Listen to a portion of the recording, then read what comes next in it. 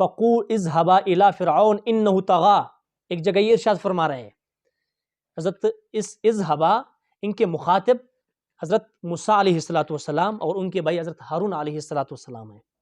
اللہ نے ان سے فرمایا اذهبا الى فرعون انه طغى، فرعون کے پاس چلے جاؤ، انہوں نے سرکشی کی ہے. اور پھر فرماتے ہیں فقولا له قولا لینا لعلہ یتذکر او یخشی، جب فرعون کے سامنے جاؤ گے نا تو نرمی سے بات کرو. فقولا له قولا لینا، یہ امر اللہ تعالیٰ ان کو آرڈر کر رہے ہیں، ان کو تیار کر رہے ہیں فرعون کے دربار میں بھیجنے کے لیے. فقولا له قولا لینا، لینا نرمی سے بات کرے. لعلہ یتذکر او یخشی، شاید ہو سکتا ہے وہ آپ کی نصیحت قبول کرے اور ہو سکتا ہے وہ آپ کی بات سے ڈر کر ایمان لائے. اب آپ اس آیت کو دیکھ لیجئے، اللہ جل شانہ نے کتنی خوبصورتی کے ساتھ دعوت دین کا طریقہ سمجھایا ہے. فرعون کون ہے؟ ایک جابر، ایک ظالم، ایک متکبر شخص.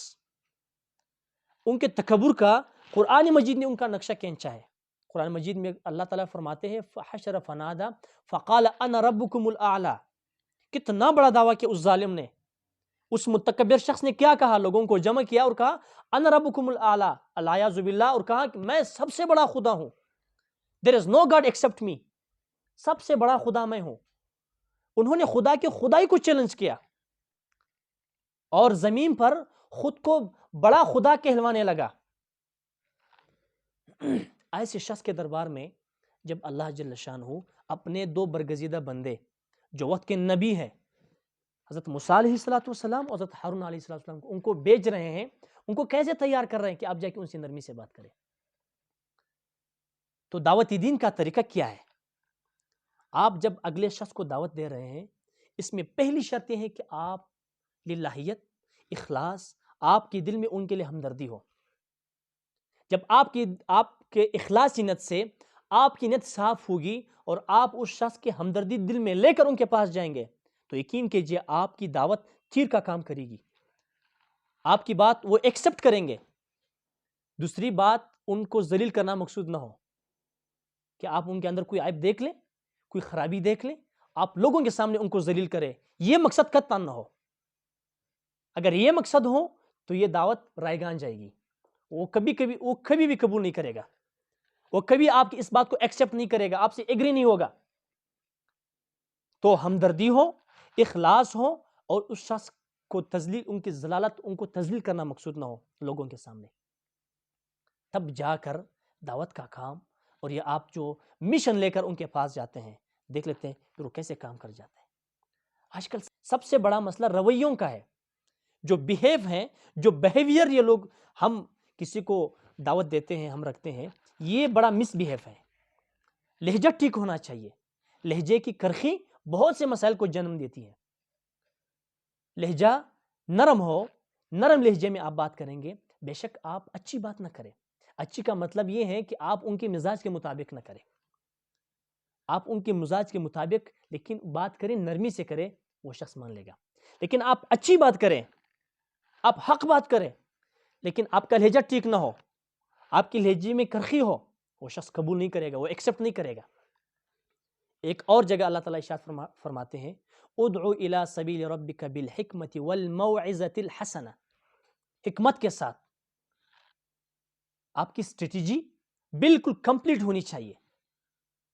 والموعظۃ الحسنہ، جب آپ ان کے سامنے بات کریں تو حسن بات کرے، اچھی بات کرے، اچھی نصیحت ان کو کرے، ہاں، ان کی خوبیاں بیان کرے، ان کو قریب لائیں، ان کو محبت دے، ان کو پیار دے. ہاں، اسلام تلوار سے نہیں، اخلاق سے پھیلا ہے. کتنے ایسے واقعات ہیں سیرت کے کہ لوگ آپ علیہ السلام کی سیرت سے متاثر ہو کر اسلام قبول کر رہے ہیں. ایک واقعہ میں آپ کے سامنے رکھنا چاہتا ہوں. ایک مرتبہ رسول اللہ صلی اللہ علیہ وسلم باہر نکلے تو ایک گھر کی آنگن پر ایک بوڑھی دادی اماں اپنی گٹڑ کو باندھ کر وہاں بیٹھی ہوئی تھی.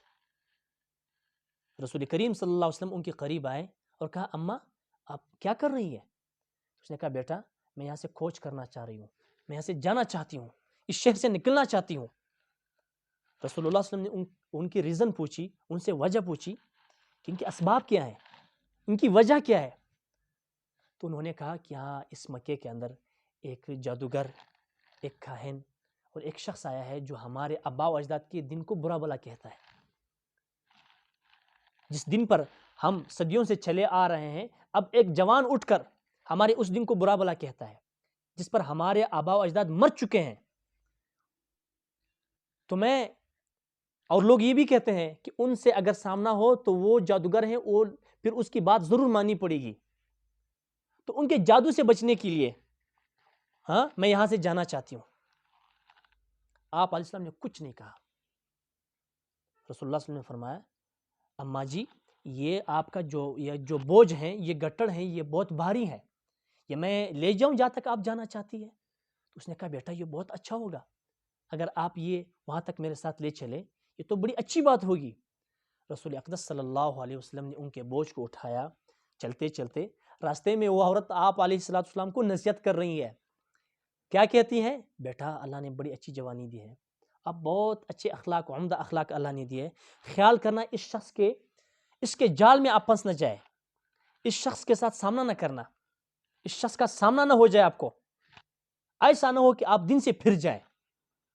آپ علیہ السلام فرما رہے ٹھیک ہے ٹھیک ہے ٹھیک ہے، آپ جی کر رہے ہیں۔ وہاں تک جب پہنچے پہاڑ پہ، ان کی جو آخری منزل تھی، وہاں جب وہ پہنچے تو آپ علیہ السلام نے وہ جگہ صاف کی اور ان کے سامان کو رکھا، ٹھیک ہے۔ تو وہ بوڑھی دادی اماں کہتی ہے بیٹا آپ یہ تو بتا دیجئے اگر کوئی شخص آ کر یہاں مجھ سے پوچھیں کہ آپ کیوں آئی ہے تو میں یہی کہوں گی کہ وہاں مکہ میں ایک جادوگر تھا، ان سے بچنے کی خاطر میں یہاں آئی ہوں، ان کے جادو سے بچنے کے لیے میں یہاں آئی ہوں، تاکہ اپنے آباء و اجداد کا جو دن ہے اس پر ہی میرا خاتمہ ہو۔ لیکن میں یہ بھی ساتھ کہوں گی کہ مکہ میں صرف جادوگر نہیں، مکہ میں ایسے خوبصورت جوان بھی رہتے ہیں، ایسے عمدہ اخلاق رہنے والے بھی ہوتے ہیں، تو میں آپ کا تذکرہ ان کے سامنے کروں گی۔ رسول اللہ صلی اللہ علیہ وسلم مسکرائے اور ہنسے اور کہا اماں وہ جادوگر تو آپ کے سامنے کھڑا ہے۔ وہ عورت روتی ہے، پوٹ پوٹ کر روتی ہے، رونے لگی، آپ کے قدموں میں گر پڑی کہ بیٹا جادو چل گیا، بس واپس چلتے ہیں۔ اور پھر اسلام قبول کیا، باقی پوری زندگی پھر آپ صلی اللہ علیہ وسلم کی غلامی میں گزاری۔ آپ صلی اللہ علیہ وسلم کے اخلاق کو دیکھ کر، ان کی نرمی کو دیکھ کر لوگ متاثر ہوئے۔ رسول اللہ صلی اللہ علیہ وسلم کے ان کے شمائل ترمذی کے اندر ان کے اخلاق کا جو نقشہ کھینچا ہے، آپ صلی اللہ علیہ وسلم سخت بات نہیں کرتے تھے، یہاں تک کہ جب کسی صحابی سے ناراض ہوتے، ناراضگی اس لیے نہیں فرماتے کہ خدا نخواستہ دل میں کچھ رکھتے، نہیں، ان کی اصلاح کے لیے کبھی کبھی ان سے روگردانی کرتے۔ اب مثال کے طور پر آپ علیہ السلام کسی صحابی سے ناراض ہے، وہ اس طرف سے آتے، ایسا نہیں کہ گالیاں دیتے، ہماری طرح گالیاں نہیں دیتے، بری باتیں ان کو نہیں سناتے، سرعام ان کو ذلیل نہیں کرتے۔ وہ صحابی یہاں سے آ رہے ہیں، آپ علیہ السلام کو ان سے ناراضگی ہے، تو آپ علیہ السلام صرف اتنا کرتے، بس یوں چہرہ منہ موڑ لیتے۔ یہ اس بات کی نشانی ہوا کرتی تھی کہ آپ علیہ السلام کو اس سے کچھ ناراضگی ہے۔ تو لہٰذا جب ہم کسی کے سامنے اسلام کی دعوت لے کر جاتے ہیں تو ہمیں نرمی سے بات کرنی چاہیے۔ نرمی بہت سے مسائل کو سلجھا دیتی ہے اور سختی بہت سے مسائل کو جنم دیتی ہے۔